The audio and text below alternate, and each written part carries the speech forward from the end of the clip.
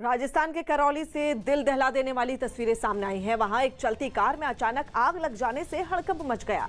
बताया गया कि उसमें सवार लोगों ने जैसे तैसे उतरकर अपनी जान बचाई, जिससे एक बड़ा हादसा टल गया। लेकिन उनकी कार आग में पूरी तरह घिर गई। वहां से सामने आई एक तस्वीर में कार से आग की ऊंची लपटें उठती नजर आई, जिसे देखकर उस सड़क से गुजर रहे लोग दहशत में आ गए। उन्होंने अपनी गाड़ियों को उससे दूर ही रोक लिया। अचानक गाड़ी में शॉर्ट सर्किट हुआ और उसमें तुरंत आग लग गई। हम बाल बाल पूरी फैमिली से बड़े मुश्किल से बचे हैं। इसकी जानकारी मिलने के थोड़ी ही देर बाद दमकल की एक गाड़ी वहां पहुंची और आग बुझाने का काम शुरू कर दिया गया। तब तक आसपास के कई लोग वहां जुट गए और इस कार्रवाई को देखने लगे। इस हादसे की वजह से एक तरफ की सड़क पर ट्रैफिक जैम हो गया।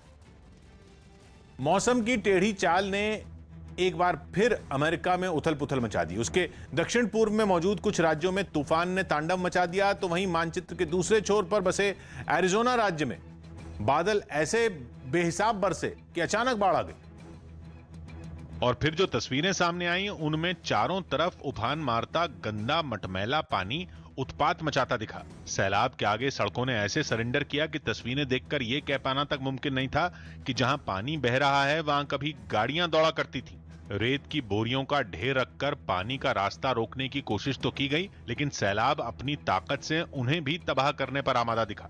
इसी इलाके में जंगल की आग ने जमीन को झुलसा दिया था, लेकिन इस बार वहां महज 1 घंटे में 3 इंच से ज्यादा बारिश हो गई, जो कि इस इलाके में अब तक की सबसे भारी बारिश थी। It's terrifying and it's going to happen again and again and again until something is done. तो वहीं एरिजोना के पूर्व में 3000 किलोमीटर दूर जॉर्जिया राज्य से आई तस्वीरों में तूफान के कहर में हर तरफ कोहराम मचा दिखा। बेरहम बवंडरों और बारिश ने बड़े बड़े पेड़ उखाड़ कर रख दिए। बिजली के खंभों को भी नुकसान पहुंचा, जिसकी वजह से हजारों लोगों को बिना बत्ती के गुजारा करना पड़ा।